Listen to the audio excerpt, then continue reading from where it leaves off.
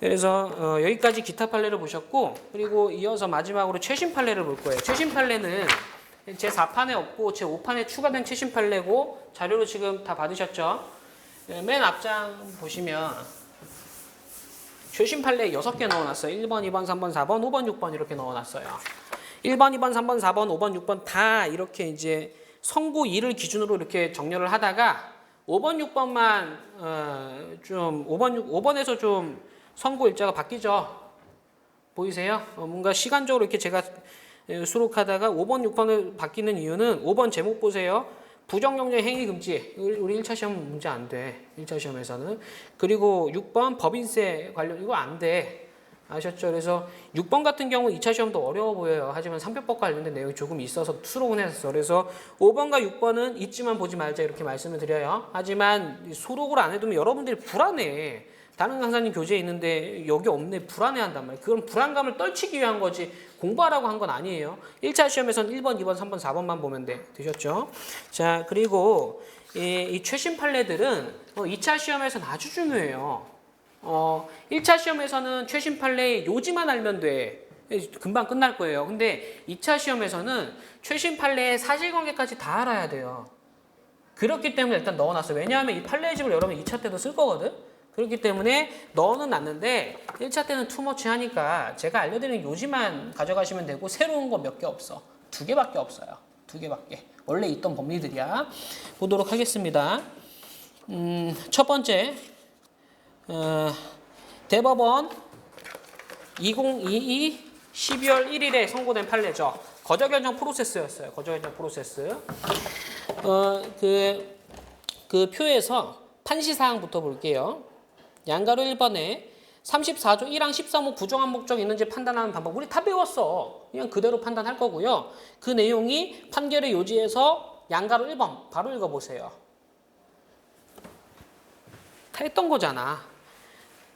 기본 강의도 했고 회기정도 했고 판례 강의에서도 레드불 판례 무슨 판례 하면서 다 했던 거랑 똑같아요. 와라 이런 거 봤었죠? 자, 그리고 다시 판시사항에서 양가로 2번 보세요.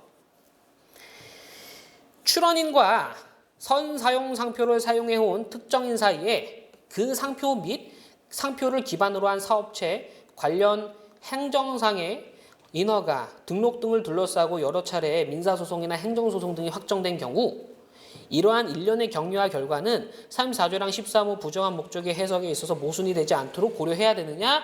그러하다라고 했고요. 또한 확정된 민사소송 등에서 판결에 인정된 사실이 구체적으로 유력한 증거가 될 수 있느냐? 유력한 증거가 될 수 있다라고 한 사안이에요. 여러분들이 특허법 배울 때 건범심과 침해소송의 관계를 배워요. 거기서 유력한 증거라는 단어를 들어봤을 거야. 건범심 확정 신결에 따라서 건범심 확정 신결에 따라서 민형사법원이 기속되는 건 아니에요.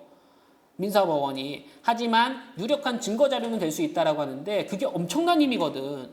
내년에 이제 1차 시험 합격하고 나서 민사소송법 배우실 건데 유력한 증거라는 파트가 민사소송에 나와요. 유력한 증거는 진짜 특별한 사정 없는 한 배척할 수가 없어. 그러니까 유력한 증거 엄청나게 강력한 거거든. 그런 의미로 봐줘야 돼. 유력한 증거가 됐다라 하면 그걸 배척하려면 정말 합리적인 이유가 있어야 돼. 유력한 증거를 배척할 수 있는 그런 관점에서 판결의 요지를 보도록 하겠습니다. 양가로 1번은 원래 알고 있던 거고요. 양가로 2번이 최신 판례라고 보시면 돼. 첫 번째 문단은 상표법의 목적이에요. 목적. 자, 보겠습니다. 상표법은 상표를 보호함으로써 상표 사용자의 업무상 신용 유지를 도모하여 산업 발전에 이바지하고 수요자의 이익을 보호함을 입법 목적으로 하여 상표권 등록과 사용, 관련 쟁송 등을 규정하고 있다. 원래 알고 있는 거잖아. 그 뒤에 거 줄치세요. 위와 같은 상표법 등 지식재산권 관련 법령은 전체 법질서 동그라미. 전체 법질서 안에서 조화롭게 해석 적용되어야 한다라는 거야. 상표법만 생각하지 말고 다른 어떤 법률과 조화롭게 해석해야 된다라는 말이죠. 자, 그리고 34조 1항 13호는 이미 특정인의 영업상의 신용과 명성이 화체된 체화된 상표를 모방하여 출원함으로써 선출원주의에 따른 상표 제도를 악용하는 것을 방지하기 위한 규정으로 그 요건인 줄쳐보세요. 부정한 목적의 해석 적용 역시 전체 법질서와 조화를 이루어야 한다. 아까 부정한 목적 판단할 때 다른 법과의 관계를 고려한다라고 했었잖아요. 그거 지금 밑밥 까는 거예요. 상표법 해석할 때도 전체 법질서 안에서 해야 되고 특히 부정한 목적 판단할 때도 마찬가지다. 지금 이렇게 얘기를 하고 있는 거지. 그리고 다 줄치세요. 출원인과 선사용 상표를 사용해온 특정인 사이에 상표 및 상표를 기반으로 한 사업체, 관련 행정상의 인허가 또는 등록 등을 둘러싸고 여러 차례 민사소송이나 행정소송 등이 확정되었다면 이러한 일련의 경위와 결과는 부정한 목적의 해석에 모순되지 않도록 고려해야 되고 이 확정된 민사소송 등의 판결에서 인정된 사실은 특별한 사정이 없는 한 유력한 증거가 된다. 그래서 모순 동그라미 하시고 유력한 증거 동그라미 하시고. 무슨 말이에요? 부정한 목적을 판단할 때는 관련 어떤 판결들이 있을 때 그 판결에 모순되지 않도록 하고 특별한 사정이 없는 한 유력한 증거가 되겠다라고 우리가 안 봤던 법리가 드러난 거야.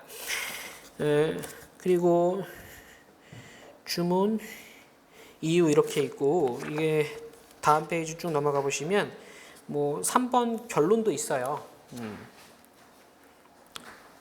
이거 다 안 읽어봐도 된다. 대법원 판례긴 한데 방금 줄친 것만 시험 문제 지문으로 등장할 거고 출제 가능성 매우 높아요.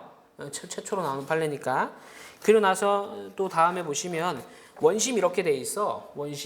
원심을 넣어놓은 이유는 1차 때 보시라는 의미가 아니에요. 여러분 혹시 다른 수험생들이 제주일보 판례 하면 이 판례를 말하는 거야. 아셨죠? 이 원심은 2차 때 보시면 돼. 이거 굳이 볼 필요 없어. 그래서 쭉 넘어가겠습니다. 쭉 넘어가셔서 엄청 길죠? 이거 2차 때는 다 해야 돼. 사실관계를 잘 정리해서 준비하셔야 됩니다. 이거 볼 수 없어 1차 때는. 볼 필요도 없고. 자, 그 다음에 2023년 3월 9일에 선고된 무효심판 사건이에요. 무효심판 사건. 이것도 출제 가능성 있어요. 최신 판례. 양가로 1번에 일사부재리 이미 알고 있는 거고요. 양가로 2번 이게 이제 최신 판례가 될 거예요. 34조 1항 20부 규정의 취지 원래 알고 있는 거고 그 다음 게 최신 판례인데 선사용 상표에 관한 권리자가 외국에서 선사용 상표를 상품에 표시했을 뿐 국내에서 직접 또는 대리인을 통해 선사용 상표의 사용 행위를 한 바 없더라도 국내에서 유통될 것을 전제로 상품을 수출하여 선사용 상표를 표시한 그대로 국내에서 유통하게 된 경우 이를 수입하여 유통시킨 제3자와 관계에서 선사용 상표가 34조 1항 20부 타인이 사용한 상표인지 여부 적극. 뭐죠? 외국 권리자가 있고 우리나라에서 수입한 제3자가 있는데 외국 권리자의 제품을 우리나라로 수입하다가 그 수입자가 나도 상표 등록 받아야지 하고서 이 사건 상표를 출원한 거예요. 근데 이거 남의 상표잖아. 외국 권리자의 상표죠. 설령 외국 권리자가 우리나라에서 직접 유통한 게 아니다 하더라도 마찬가지다라는 겁니다. 불사용 초심판 법리랑 좀 비슷하지. 아까 보셨던 거랑. 그래서 이 사안이 이 판례가 맞음이 판례라고 하면 이거라고 보시면 돼요. 양가로 3번까지 읽어볼게요. 갑 외국 회사로부터 선사용 상표 맞음이가 포장지에 표기된 상품을 수입하여 국내에서 판매해 오던 을 주식회사가 상표 맞음이를 위 상품과 동일주 상품에 출원하여 등록을 받았다가 이거 나쁜 놈이지. 갑 회사가 제기한 무효심판 청구에서 등록을 무효한다는 심결이 내려지자 의뢰사가 침결 취소를 구한 사건에서 등록 무효가 맞다. 남의 거 갖다 베꼈다. 신의 측에 반한다라고 했던 사안이 됩니다. 이거 이제 제가 해기정과 기본서의 어떤 보충 자료로 전달을 드렸어요. 각종 카톡방에 참고하시고. 그래서 이 부분이 추가돼야 돼요. 그 양가로 2번에 있는 내용이 추가가 되어야 됩니다. 근데 뭐 원래 알고 있던 어떤 법리를 기준으로 봤을 때는 너무 당연한 거죠. 우리나라에서 수입 판매하는 자가 자기 것도 아니면서 출원해. 이런 거거든. 남의 거다라는 겁니다. 쭉 넘어가셔서 좀 길게 나올 수도 있으니까 판결의 요지에서 양가로 1번은 빨리 읽어주시고요. 원래 알고 있는 거잖아. 일사부재리. 맞죠? 양가로 2번 읽어볼게요. 세 번째 줄까지도 읽어보시고 의취지죠. 의취지. 의네. 의. 그 다음 페이지 위 규정의 취지는 해서 취지 나오죠. 상박권자가 누구다 이런 내용. 또 네 줄 읽어주시고 그 다음 거가 이제 출제되는 거예요. 그 다음 거 이때 여기서부터 그 다음 문단. 이때 선사용 상표는 원칙적으로 다 줄칩시다. 원칙적으로 국내에서 사용 또는 사용 준비 중이어야 하는데 선사용 상표에 관한 외국 권리자가 외국에서 선사용 상표를 상품에 표시했을 뿐 국내에서 직접 또는 대리인을 통해서 2조이랑 11호에서 정한 사용 행위를 한 바 없다 하더라도 국내에서 유통될 것을 전제로 상품을 수출하여 그 상품을 선사용 상표를 표시한 국내에서 정상적으로 거래 양도 전시되는 방법으로 유통하게 되었다면 이를 수입하여 유통시킨 제3자의 관계에서는 여전히 권리자로 봐야 되겠다라는 거죠. 요렇게도 한번 알아두시고, 그러니까 두 가지 표현 앞에 있는 거랑 뒤에 있는 건 다 알아야 돼요. 직접 유통할 필요 없다. 대리인을 통해서 유통할 필요가 없다. 제3자의 유통이라 하더라도 어쨌든 상표권자, 외국 권리자의 사용으로 봐주겠다라는 겁니다. 이해되시죠?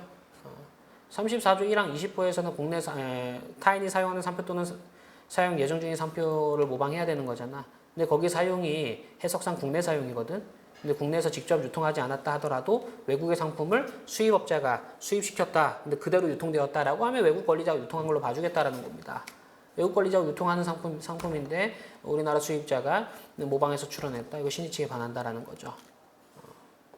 전형적인 예예요. 신의칙에 반하는. 외국에서 유명한 상표 우리나라에서 미리 등록받아갖고 외국 권리자가 우리나라 진입할 때 정상적으로 진입할 때 발목 걸겠다라는 거거든.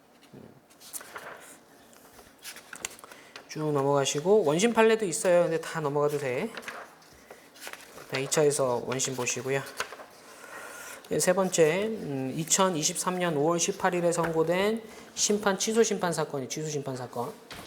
우리 아까 그거 봤었어. 지난 윙크 사건, 수건 사건 또 뭐 있었지? 목초nok 사건 막 비교했었죠. 그래서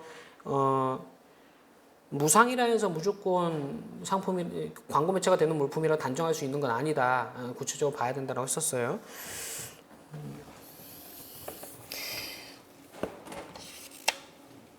이번에는 이제 119조랑 3호에서 그 상표의 사용에 대해서 판단을 해볼게요. 상표의 사용.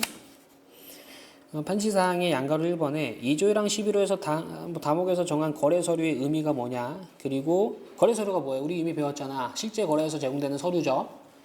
상품의 판매업자가 지정 상품과 구체적인 관계에서 자기의 상품과 타인의 상품을 식별하기 위해서 상품에 관한 거래서류에 상표를 표시하고 상품 거래 과정에서 줄쳐보세요. 일반 공중에 속하는 거래 상대방. 일반 공중이 여기서 핵심이거든.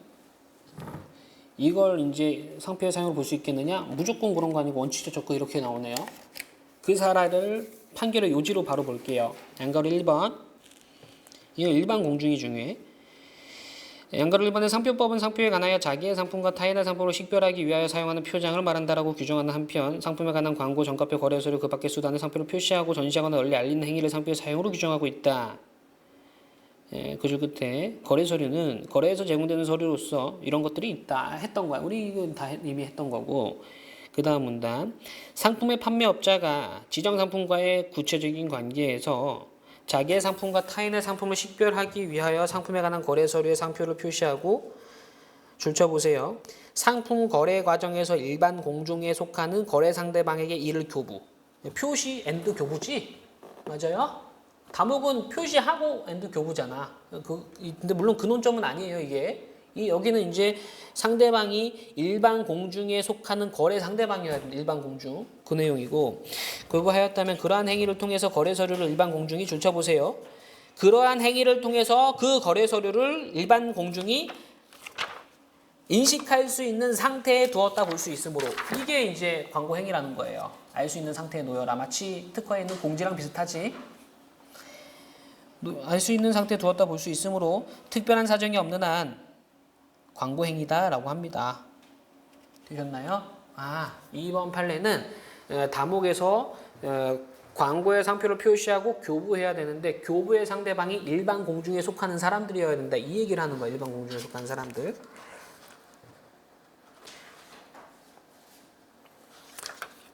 그리고 양가로 2번 읽어볼게요. 지정 상품을 바로 이어서 읽을게요. 양가로 2번. 지정 상품을 침대 및 매트리스 등으로 하는 갑의 등록 상표에 대해서 불사용 초유 심판이 존재하는지 문제된 사안에서 등록 상표의 통상 사용권자들이 거래 상대방에게 매트리스를 공급하는 과정에서 견적서나 거래 명세서, 이거 거래 서류잖아. 거래 서류에 등록 상표와 거래 통상 동일한 실사용 상표를 표시하고 있고 거래 상대방에게 교부, 그럼 표시했고 교부했네. 이거 이제 교부한 행위와 매트리스 침대 제품 판매를 위해서 인터넷 사이트와 매장에서 매트리스 등 상표에 관한 광고에 위실사항 표시로 표시하고 전시한 행위는 상표에 사용에 해당한다라고 했던 사례예요. 아셨죠? 이거 표시하고 유통했다. 여기서 이제 우리가 가져갈 건 뭐라고요? 일반 공중에 속하는 거래 상대방이어야 된다. 일반 공중에 속하는 거래 상대방이어야 해서 알 수 있는 상태에 있어야 된다라는 겁니다. 주문과 이유는 뭐 그 내용 반복이고 쭉 넘어가시고요. 원심도 있어요. 원심 2차 때 봅시다. 2차 때 보시고 마지막으로 네 번째 판례. 6개의 판례인데 마지막이 네 번째 판례예요. 5번, 6번 판례는 필요 없어요.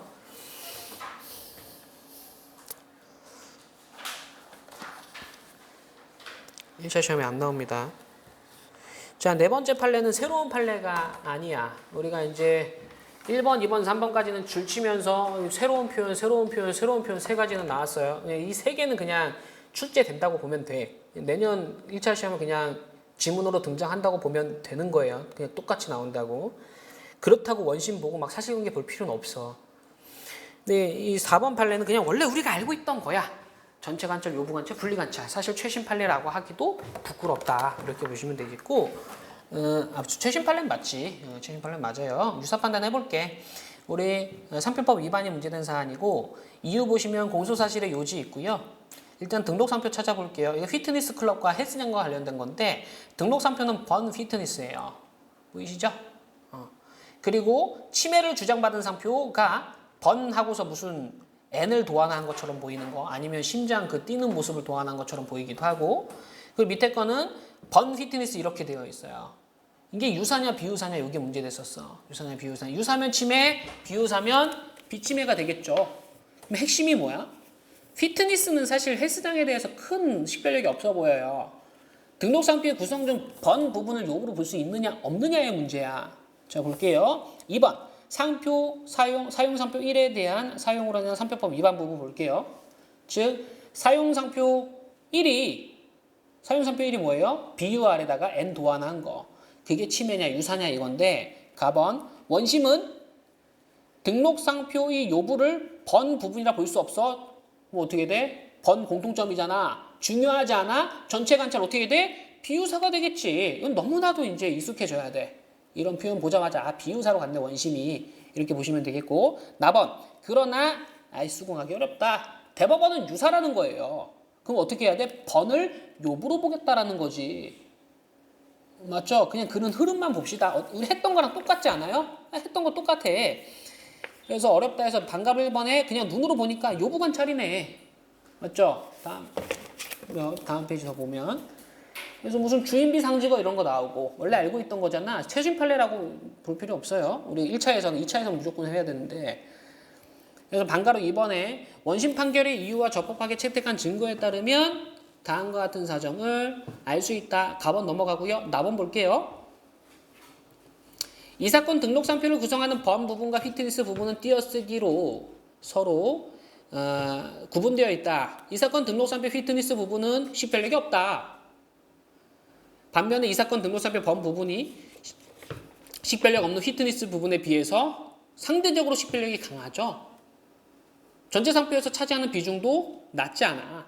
주인비 상지가 하는 거잖아. 요구다라는 거예요. 답은 번 부분은 지정 상품과의 관계를 고려할 때 운동을 통해 체지방 또는 칼로리, 스트레스 등을 태우다는 의미로 암시할 수 있다고 볼 수 있어도 상품의 효능이나 용도, 성질을 직감하는 건 아니다. 암시는 될 수 있어도 직감하진 않는다. 근데 피트니스와 비교해서 봤을 때 상대 식별력이 훨씬 크잖아. 요구로 보겠다라는 거죠. 그래서 라번 이처럼 번 부분을 피트니스 부분에 대해서 비교해 봤을 때 식별력이 크다. 요구로 보겠다. 유사 이렇게 한 사. 되겠죠. 그래서 최신 판례 1, 2, 3, 4, 5, 6 중에서 5번, 6번은 보지 마시고요. 1, 2, 3, 4번에서 4번은 저랑 지금 본 걸로 충분한 것 같아. 복습할 필요도 없어 보입니다. 1번, 2번, 3번에 있는 거 있잖아요. 줄친 것들. 그것만 해기정이나 기본서에 추가하세요. 그러면 돼요.